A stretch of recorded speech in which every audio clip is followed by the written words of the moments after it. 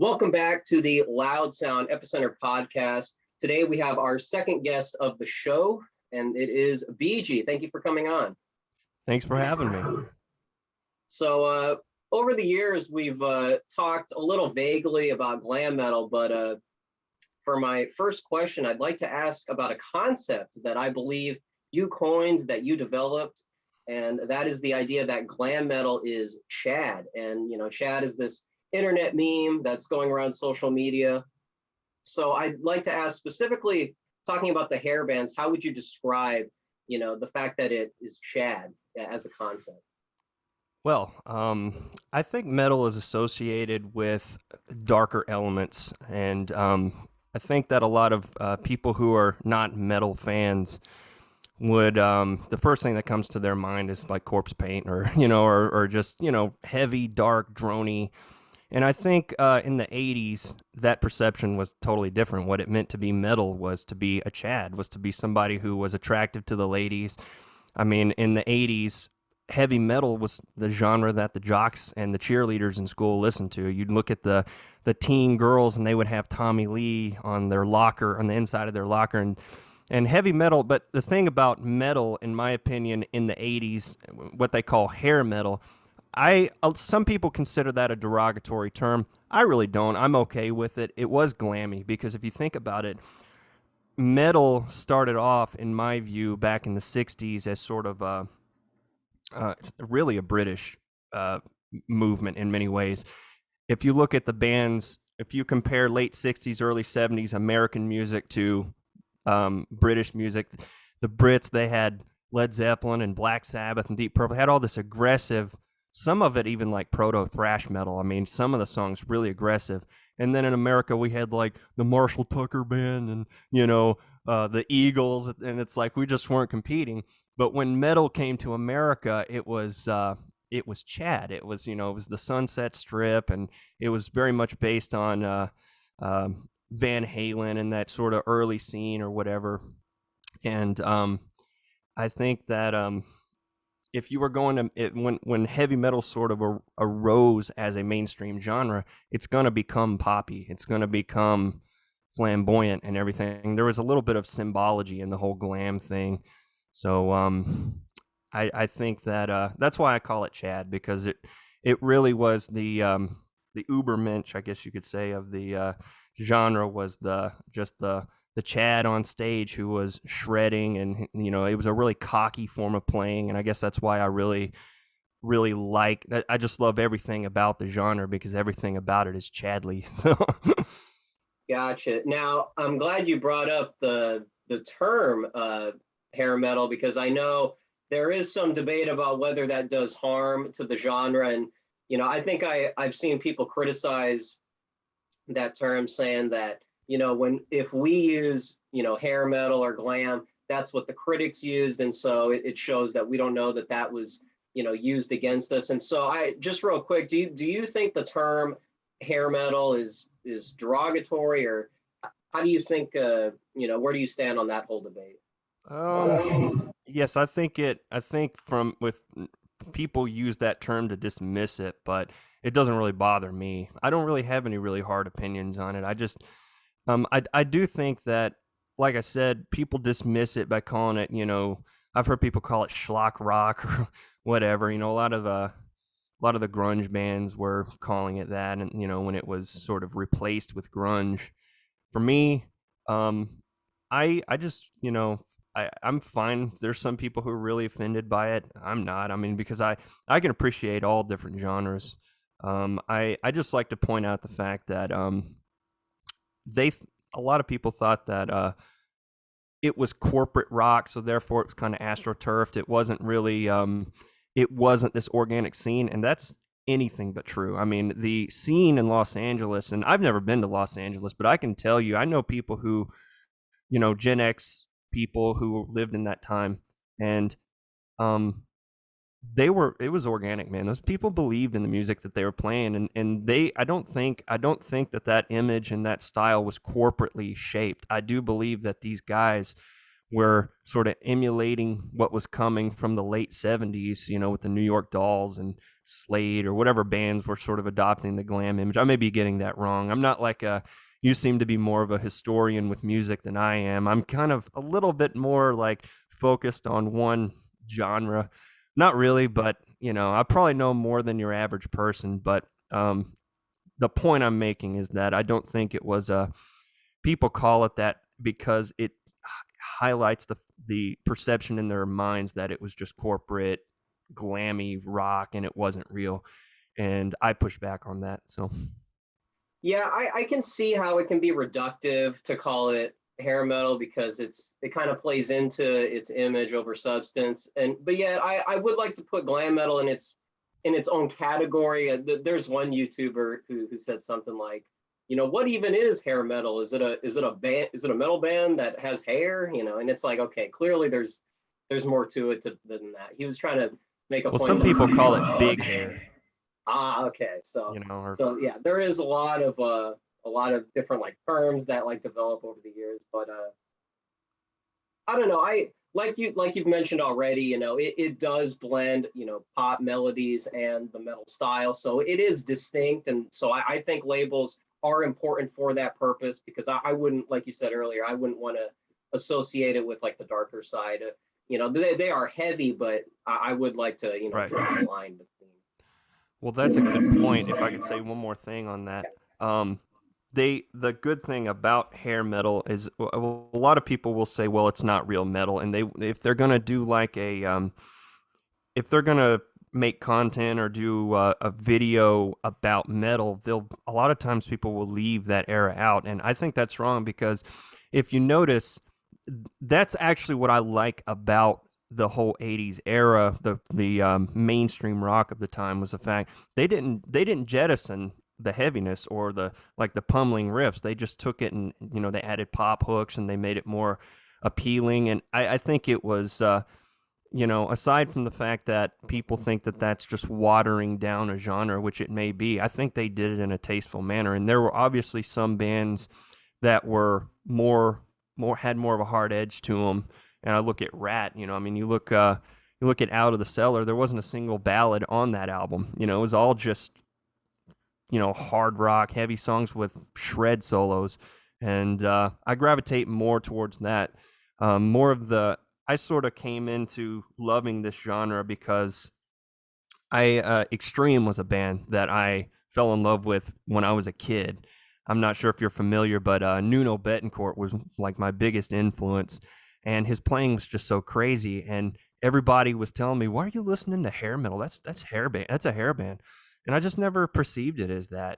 I just perceived it as like catchy, flashy rock music. So Interesting. Yeah. Well, like you brought up how people dismiss hair metal, and some even call it like the worst genre, if they even qualify it as metal. So, just how exactly would you go about responding to critics who would seem to repeat just what other people have said about glam?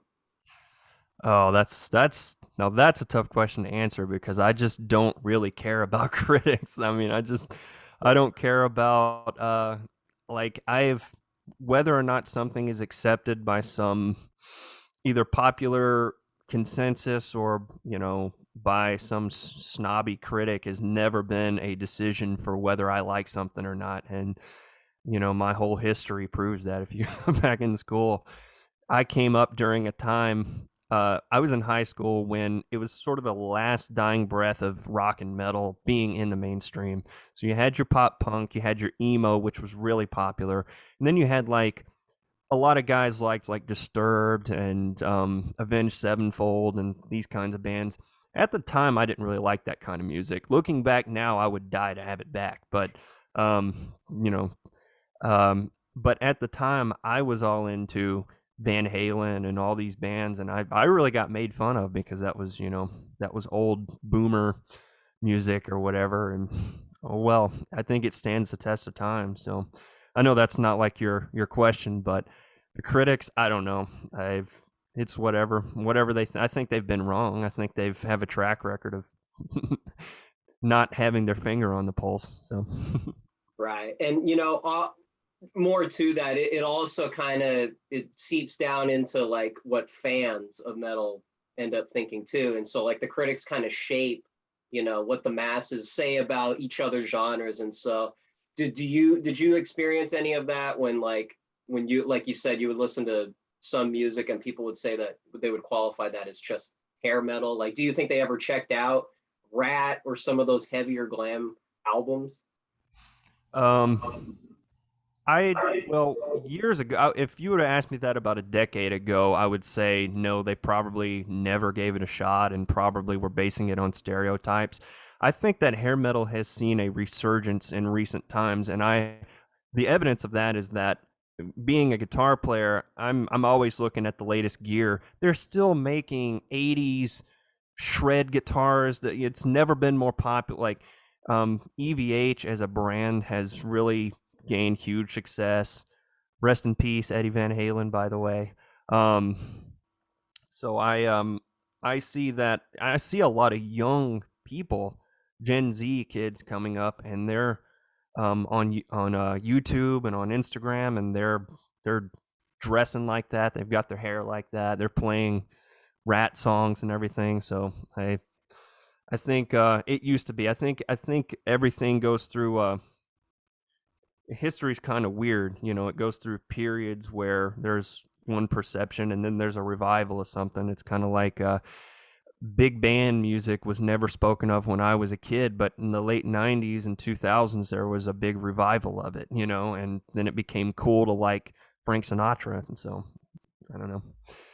Yeah, I hear you. So would you say there was a specific part of the 80s where the glam metal stride was really at its peak, like early 80s, mid 80s, or late 80s? I think 86 for I think people mostly classify it as going in three stages. And so in the early stage, you had that sort of LA scene where I think every band basically was on from the Sunset Strip, other than maybe like Bon Jovi or something like that. But a lot of of course, you probably know the actual detailed history better than I do, but from what I understand, you had the and I saw you talking about this on in a different video where you were talking about decades bleeding into other decades, and they don't, the 80s didn't start in 1980. They really started in 77, 78. And that Sunset Strip scene with George Lynch and Eddie Van Halen and Randy Rhoads and these guitar players, they were crafting that style, the early pioneers, and that really caught on. It was kind of like grunge. It was brewing up in the 80s and it was really organic and it was just begging to be discovered. And so in the early 80s, you had that first wave with Quiet Riot. I think had the first. I can't. Was it Michael Jackson that they knocked off the top spot? I Yeah, can't remember. yeah, Thriller. Yeah, it was Thriller, and it was. And so it kind of put them on the map. And then you had all these executives going out there saying, just go down the strip and sign every band that looks like Van Halen and sounds like Van Halen or whatever. And then you had Motley Crue in 1981. And Rat was actually one of those bands that they were around during that. For whatever reason, they couldn't get signed. I can't remember what it was. They had a hard time getting signed. And they finally made it happen. And they came out in 84. And by that time, Warren's playing had gotten even better than it was and he was just a shred genius. And I think Rat is a really, um, they're a perfect example of just they've got the tone right, they got the right energy. It wasn't too aggressive like the thrash stuff. So I would consider them among the peak if you're talking about peak. Um, and as far as later on, I started to notice that they were the hair bands. Some of the hair bands, like Extreme, started to pick up some of that neoclassical sort of guitar playing. If you look at Nuno Betancourt's playing on the first album of Extreme, the song "Play with Me" was inspired by like Bach and Vivaldi and stuff like that, and really ferocious guitar song. So I'd say probably I don't know if there was a peak. I think people can't separate the power ballad era from the rest of it. And I think that's the real distinction is that because you look at Def Leppard Def Leppard had sort of a ballady sound, but then they had some ferocious songs like Stage Fright and, with some crazy solos. And it's really hard to say what the peak of that era really was. There was good stuff throughout. So So speaking of that, where would you stand on the ballads? Because I know, like a friend of mine, I tried to get him into Stryper. I actually defend Stryper. I think they're pretty good. However, his main contention was every single album has a ballad. And so, and a lot of the other glam metal bands did, but I guess he was able to overlook it for some reason with those bands. But for some people, the ballads is just it's really hard for them to endure that on an album. What do you think about that being part of the formula for glam? there were some really good ballads. I think Warrant kind of did the best ballads of them all because they were pretty heavy for a band. I mean, if you look at them, if you watch them live, I mean, I'm pretty sure they were touring with some heavier bands of the time. So, I mean, I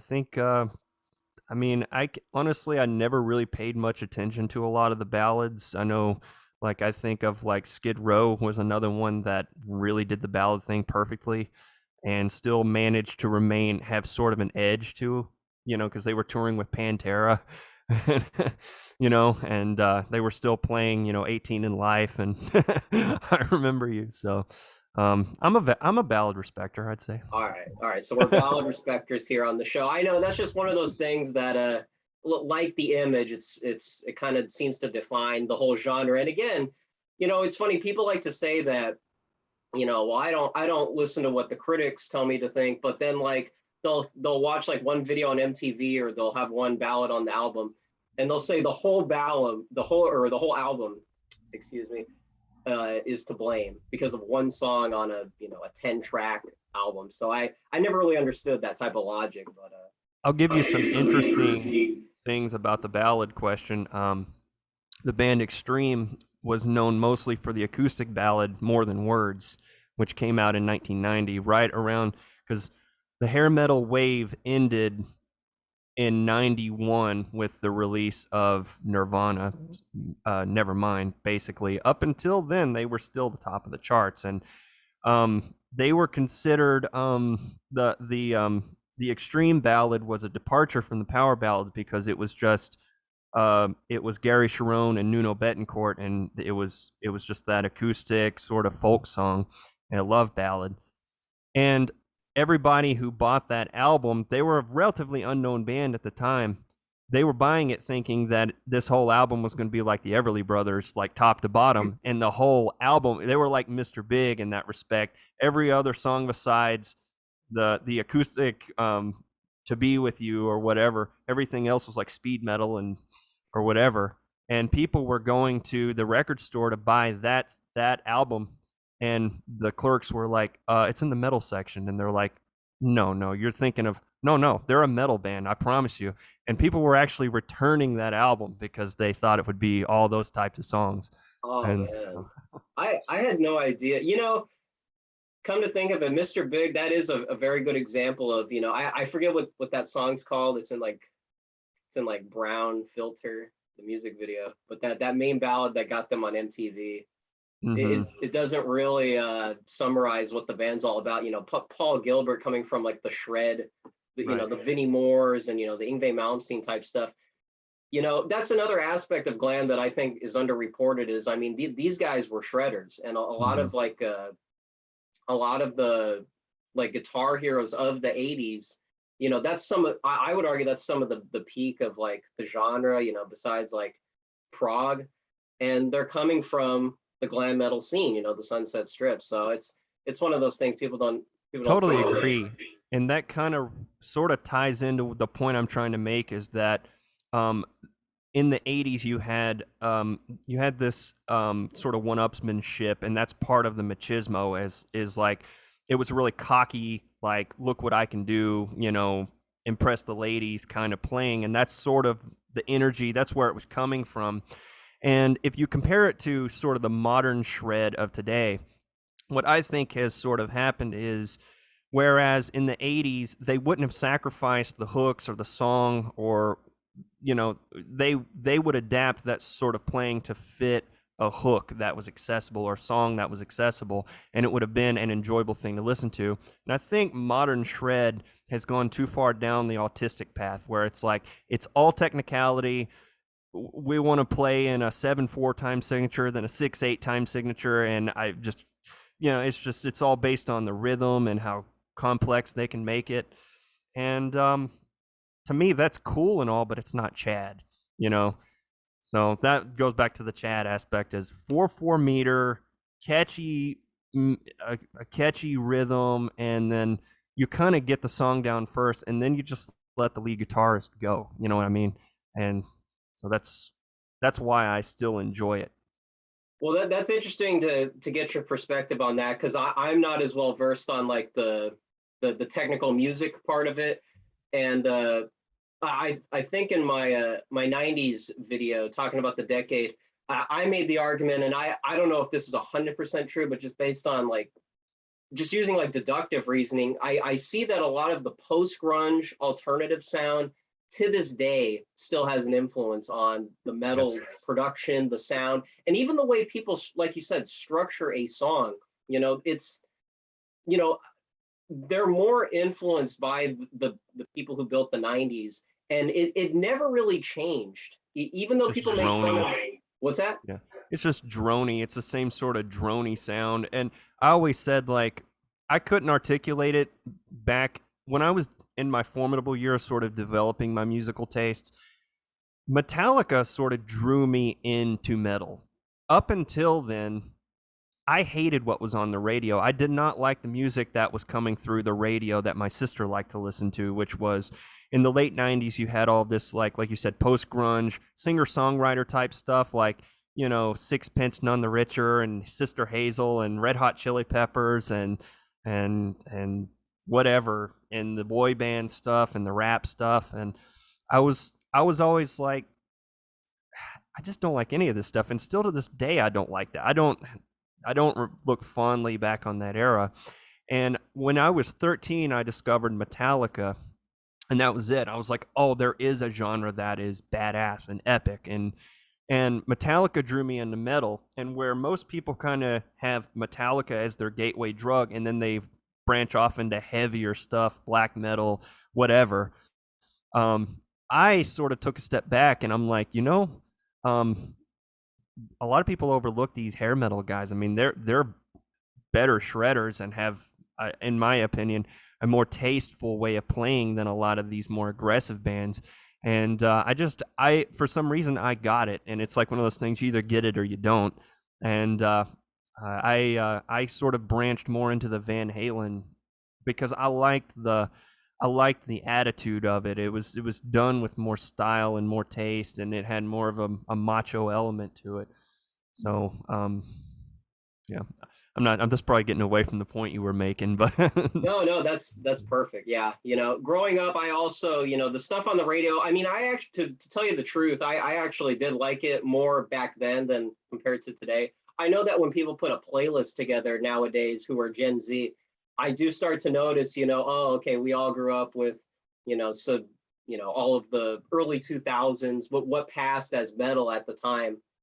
And I can just imagine, the boomers looking at that and go, that's not real metal. That's not what I grew up with. yeah. But to us, or not to us, but like to the average person who was just listening to the radio, they would say, no, this is what they're calling rock and metal. So I don't really see, why don't the boomers just go along with it? But like you said, there is that distinction that Hmm. Gen Z kind of is a little ignorant to if they don't go back and do what you did, which is check out, what came before my generation, and you'll find a lot of the roots of Well, what I was. like the appeal.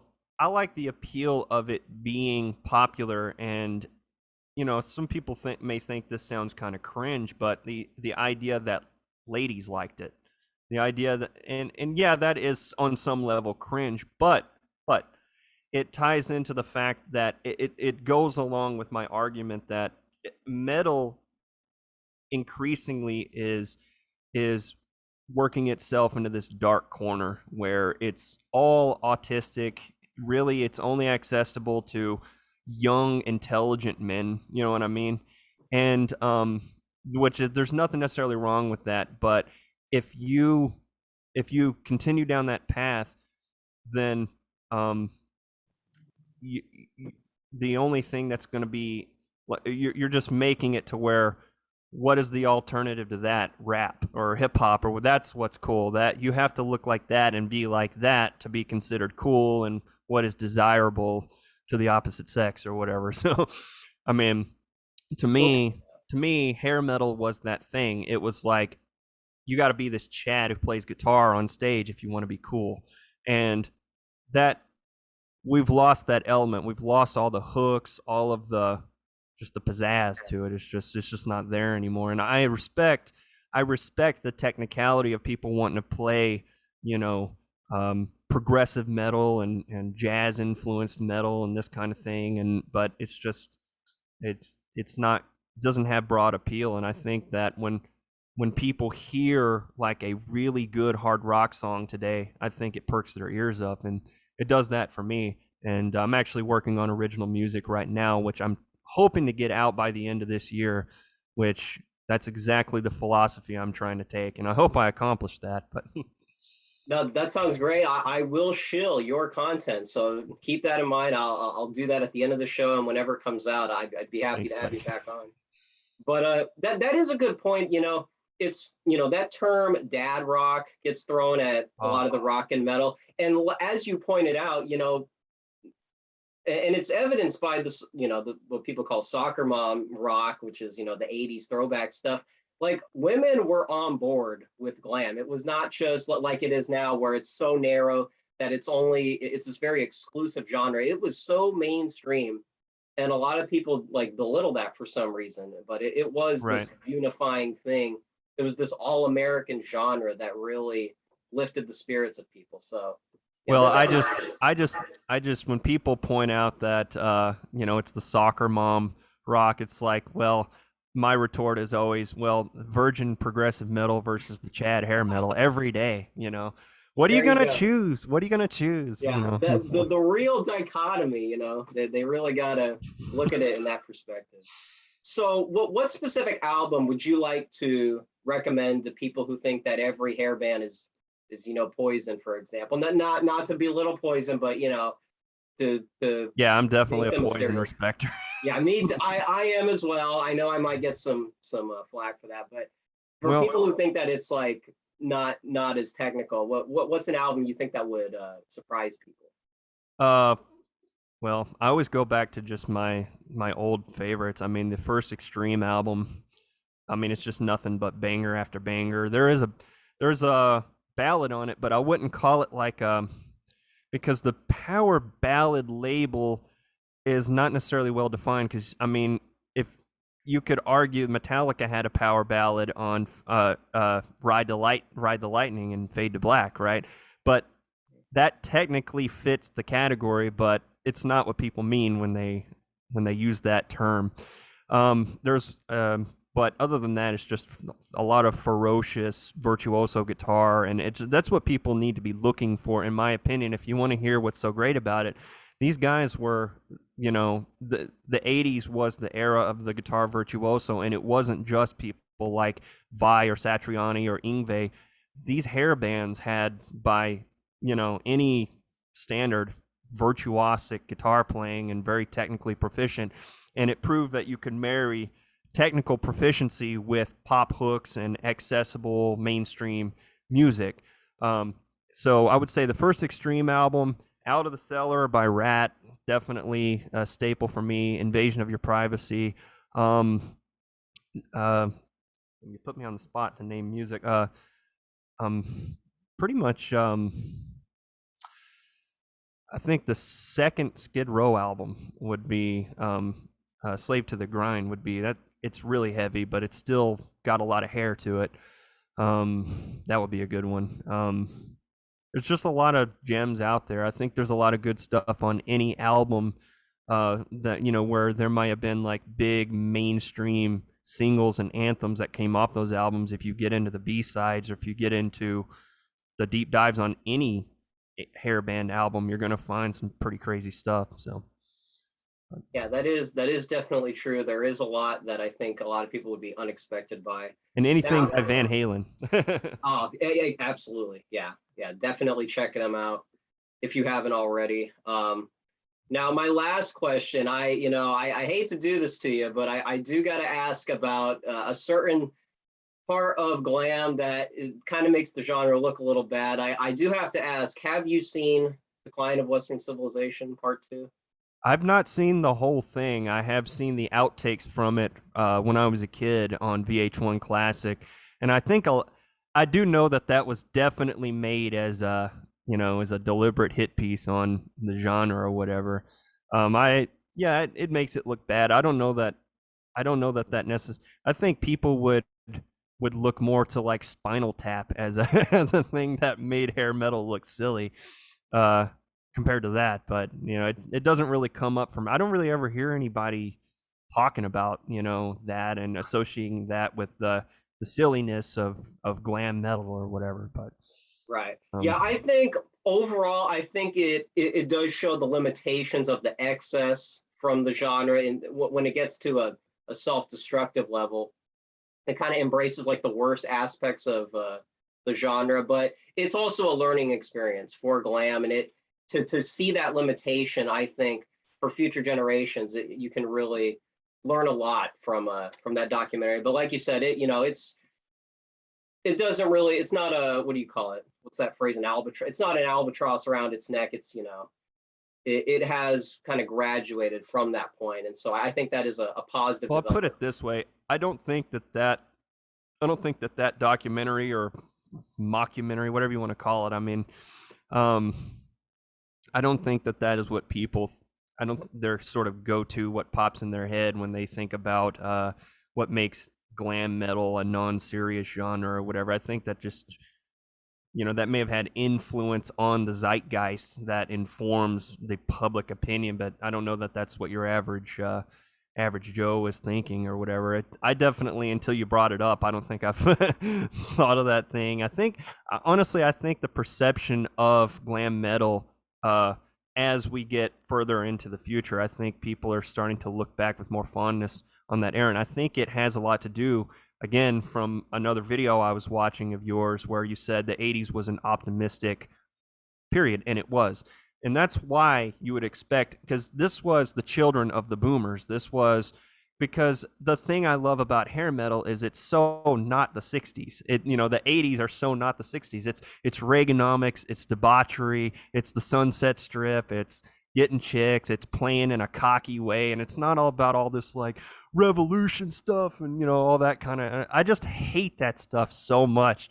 And I mean, I hate to rag on a genre. I know they are a period in history. I know it's all got its high points, but for me, it's the 80s. If I had to go back, I would want to be that kind of guitar player in that kind of band and play that kind of music because it's just, and it's also the antithesis of just this like artsy kind of thing. It's like, dude, forget about art. This is fun. This is, it's just like, it's so you get these musicians and they really think they're so important, like the Bonos of the world. It's like, Oh dude, you are so cringe, man. Hair man. metal is where it's at. No, but Yeah, no, I could not agree more. You said it perfectly. I can't think of a better note to end on. I once again I want to thank you, BG, for joining us here on the show. Where can people go check out your content, your YouTube? I know you got a YouTube channel, so I'll let you plug that right here. I'm on Twitter. I'll just have to say it at bass guitarist. And also it's the same handle on Telegram, although don't I I had a previous Telegram channel, but I nuked it and I just created another one. But mainly YouTube. Just search bass guitarist on YouTube and I'll come up. I'm going to be posting a lot to that channel and original music very soon. But I just do videos. I'll just do improvs and guitar solos and just whatever I want to do, gear reviews or whatever. And definitely look for more on that. So All subscribe right. if you want to see that. All right. Well, thank you once again. Thank you everybody for watching, and thank you for watching. Thank you.